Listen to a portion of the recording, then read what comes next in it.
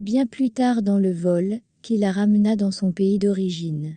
Yvette se refaisait le film de ce qui s'était passé quelques heures plus tôt. Samuel n'avait même pas été étonné de ce qu'elle avait croisé à la maison. Avec un sang-froid digne d'un acteur de film d'action, il avait demandé au taxi de s'en aller. Elle avait beau crier pour savoir ce qui se passait, mais il reportait à chaque fois la réponse à plus tard. La situation étant telle que, pour partir, il avait dû vendre tout ce qu'il possédait pour leur départ.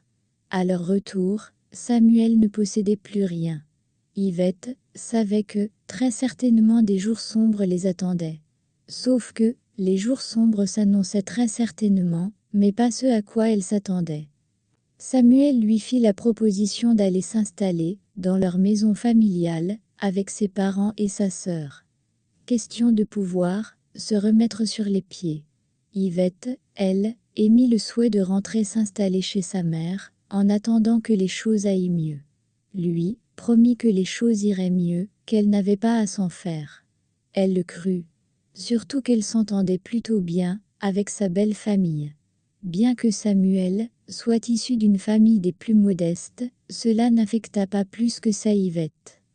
À leur installation, les parents inquiets de la situation les réunirent tous au salon. Et ce n'est que comme cela qu'elle fut au courant des raisons pour lesquelles elle avait fui ce fameux jour. Du moins le pensait-elle.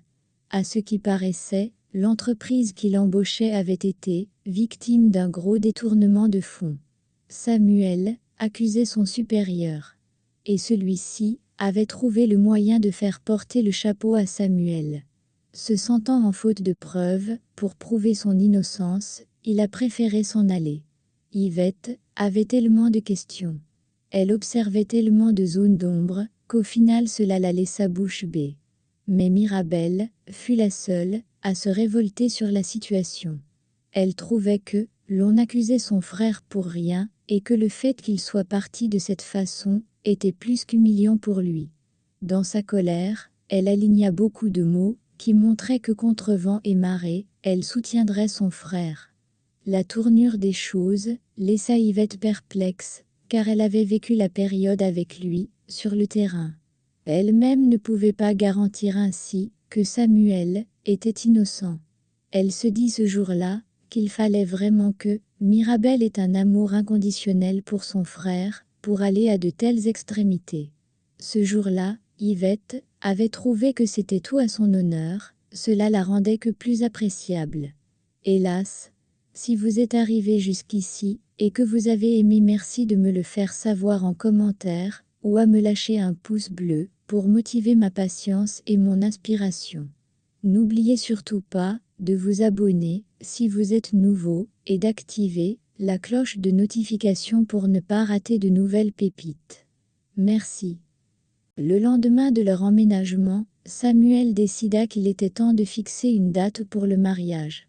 Au grand étonnement d'Yvette. Il disait vouloir vivre dans la légalité avec elle. Bien qu'un peu sceptique, elle accepta.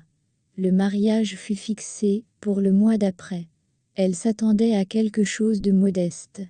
Mais l'allure que prirent les événements la rendit pantoise. Tout était vu en grand. Et aux rênes de l'organisation, Samuel et Mirabelle. Yvette, elle, était informée de manière sporadique de ce qui allait se passer. Elle ne voulait pas l'admettre, mais elle avait l'impression de vivre son mariage en spectatrice. 2 semaines après, Samuel et sa sœur l'informèrent qu'ils avaient trouvé un appartement pour eux. Cette nouvelle lui faisait tellement plaisir, parce qu'elle pouvait enfin prendre son enfant. Bien qu'elle ne manquait aucun jour pour aller lui rendre visite, à lui et à sa mère, depuis qu'il était de retour. Elle voulait la voir à ses côtés. Elle voulait jouer son rôle de mère à temps plein. Quand ils emménagèrent dans la nouvelle maison, le soir même du 10 jours, Yvette tint à avoir une discussion avec Samuel. Elle voulait savoir si elle pouvait le lendemain déjà aller récupérer l'enfant chez sa mère, pour qu'enfin ils puissent vivre ensemble. Mais Samuel lui répondit qu'il était hors de question que cet enfant entre chez lui. Sa maison n'était pas la crèche à bâtards. Qu'il ait quitté la pièce ou pas, Yvette n'en avait aucune idée, car à compter de cet instant, ces mots l'avaient transpercé le cœur, comme jamais d'autres avant. Elle arrivait à peine à respirer. Yvette savait qu'elle avait commencé à pleurer. Elle savait qu'elle était allée s'étendre sur le lit, mais à quel moment, elle ne saurait le dire, tellement son esprit était entouré d'un brouillard dense. Elle fut réveillée le matin par Mirabel. Elle avait eu vent de l'affaire et venait lui apporter son réconfort. Yvette s'accrocha dans ses bras pour pleurer son désespoir. Elle ne voulait même plus de ce mariage. Elle souhaitait rentrer. Elle voulait tout annuler. Mais Mirabel lui conseilla de ne pas prendre une décision active. Qu'elle ne soutenait pas son frère dans cette action. Elle demandait à Yvette de donner du temps à son frère. Parfois le temps était la solution. Sauf qu'Yvette n'était pas de cet avis-là.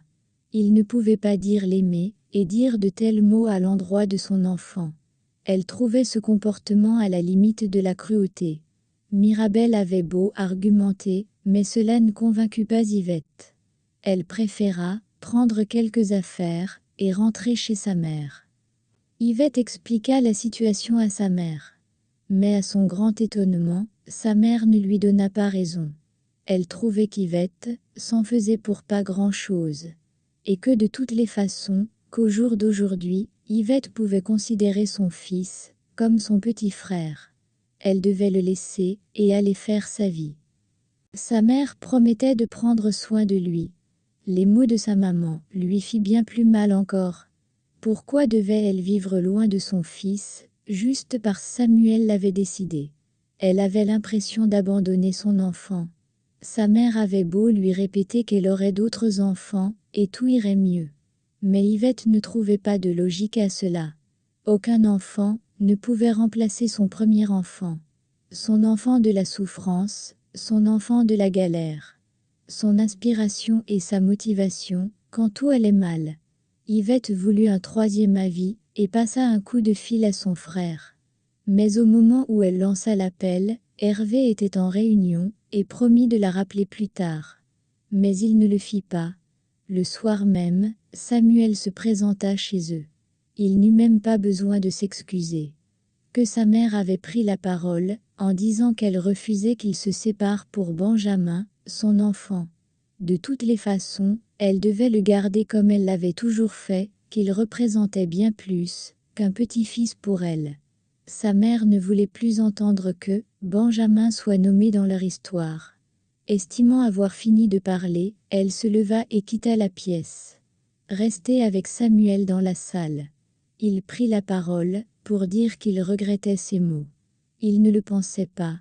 Il était stressé par tous les coups qu'il avait reçus tous ces jours. Son seul objectif avait été de l'honorer, de l'aimer, il ne savait faire que ça. Yvette chavira sur les mots et laissa tomber l'affaire. Car même si elle le voulait, et réussissait même à avoir l'aval de Samuel, jamais sa mère n'accepterait. Elle regagna donc son foyer. Et le mariage eut lieu comme convenu. Dans l'ensemble, les choses se passèrent très bien. C'était chic, pompeux, et très extravagant. Une petite part d'Yvette ne pouvait tout de même s'empêcher de se demander, en voyant ce qui se déroulait devant ses yeux, qui finançait tous ses dépenses. Où sortait cet argent? La pression retomba, et la vie reprit son cours. Samuel s'était mis en tête de créer une entreprise. Il s'occupait à le faire. Yvette était femme au foyer. Elle s'occupait à chercher les voies et moyens de concevoir pour agrandir sa famille. Pendant ce temps, Mirabel s'était retrouvée en relation avec quelqu'un. Le monsieur avait donné ses mots, son engagement. Mirabel avait conçu de lui, étant certaine de faire le bon choix, mais à un moment, l'homme s'est ravisé et s'est désengagé. Et a pris le large, à la vitesse de la lumière. Yvette avait compati. Avait même été l'une des premières à chercher à le faire changer d'avis. Mais la seule réponse qu'elle eut de lui était qu'elle ferait mieux de se méfier de Mirabel. Cela la fit tiquer, mais dans le feu de l'action, elle ne tint pas vraiment compte de ça. Ne vivant pas dans les conditions adaptées pour une grossesse, son frère décida de l'héberger. Yvette jusque-là ne trouva rien à redire. Au contraire, elle se plia en quatre pour rendre sa belle-sœur à l'aise. Elle s'occupait de tout, la cuisine, la vaisselle, le ménage, même sa lessive. Elle voulait à travers ses gestes, la remercier pour sa présence, son soutien dans sa vie et dans son couple. L'enfant vint au monde, chez eux. Jusque-là, Yvette ne vit aucun problème. Yvette commença à ne plus être d'accord, quand un an plus tard, Mirabel et son frère décidèrent de laisser l'enfant à ses soins, pour que Mirabel puisse aller essayer une nouvelle relation. Cette partie du film ne passa pas trop pour elle. Le fait qu'il avait lui-même dit que sa demeure n'était pas une crèche à bâtards refit surface. Car elle ne voyait en rien la différence entre sa conception et celle de sa sœur. Quand Yvette ouvrit le débat, en aparté avec son mari, à huis clos, dans les 4 murs de leur chambre, Samuel s'enflamma et demanda en quoi cela était comparable, qu'il ne la savait pas aussi méchante et dénuée de compassion. Après tout ce que sa sœur avait fait pour elle, en plus du fait qu'il avait réussi à retourner la situation, au point où même Yvette se demandait à elle-même si elle était la méchante dans tout cela. Il ne se gêna pas de le rapporter à sa sœur et au sein de sa famille. La nouvelle alla comme un traîné de poudre. En un quart de seconde, on la traita de tous les noms. Subitement, le fait qu'elle n'arrivait pas à concevoir devint un problème. On lui reprocha le fait de noircir la vie de leur frère, elle devint le bouc émissaire des tares de leur famille. La jaloux de service. Avec tout cela, l'enfant resta quand même chez elle, sous sa surveillance. Elle ne pouvait plus rien dire, de peur d'aggraver la situation. Avec Mirabel, la relation n'était plus pareille, Yvette le sentait bien. Mais Mirabel n'était jamais venue vers Yvette pour avoir son point de vue ou demander ce qui s'était réellement passé. Yvette avait choisi de penser que le temps où elles avaient été proches, elle avait pris le temps de la connaître. Et sûrement qu'elle avait compris qu'il n'y avait aucune jalousie dans son acte. Sauf une scène va lui faire comprendre qu'elle vivait dans le faux depuis le début. À midi, Samuel rentra à la maison, très pâle. Il avait beaucoup de température et arrivait à peine à articuler. Prise de peur, Yvette le conduisit rapidement aux urgences. Le temps que son état se stabilise. Elle fit appel à sa sœur. Question de lui faire part de la situation. La minute d'après, Mirabel était auprès de lui. Yvette, étant en charge du bébé, émit le souhait de retourner à la maison, question de trouver une solution pour libérer la nounou et confier l'enfant à sa belle-mère, pour pouvoir revenir rester au chevet de son mari. Mais Mirabel lui demanda de ne pas s'en faire. Qu'elle restera auprès de son frère. Yvette sentit bien que ce que Mirabel disait, il y avait quelque chose qui sonnait faux. Mais elle ne discuta pas et s'en alla. En cours de route, elle décida de faire les choses telles qu'elle les avait prévues. Et alla confier le fils de Mirabel à sa belle-mère. Car pour elle, avec tout ce qui s'était dit, il ne fallait pas que l'on ajoute à cela abandon de mari. En soirée, Yvette se rendit donc à l'hôpital. À 2 pas de la salle où était interné son mari, elle entendit des voix, celles de son mari, qui avait retrouvé de la vigueur, de sa belle-sœur, très enjouée, et d'une autre femme qu'elle n'arrivait pas à reconnaître. Son cœur se mit à battre. Un pressentiment lui disait que, comme la dernière fois, elle devrait prendre ses jambes à son cou, rentrer à la maison. Mais une partie d'elle lui rappela que, la dernière fois elle avait choisi de fuir, mais au jour d'aujourd'hui, elle ne savait toujours pas ce qui avait occasionné leur départ. Elle choisit de pousser la porte, de ne pas fuir, d'affronter. Quand elle entra dans la salle, elle vit une femme, en train de nourrir amoureusement Samuel, son mari, sous les acclamations de sa belle-sœur. La suite de l'histoire, dans les prochaines publications. Si vous êtes arrivé jusqu'ici, et que vous avez aimé, merci de me le faire savoir en commentaire, ou à me lâcher un pouce bleu, pour motiver ma patience et mon inspiration. N'oubliez surtout pas de vous abonner si vous êtes nouveau et d'activer la cloche de notification pour ne pas rater de nouvelles pépites. Merci.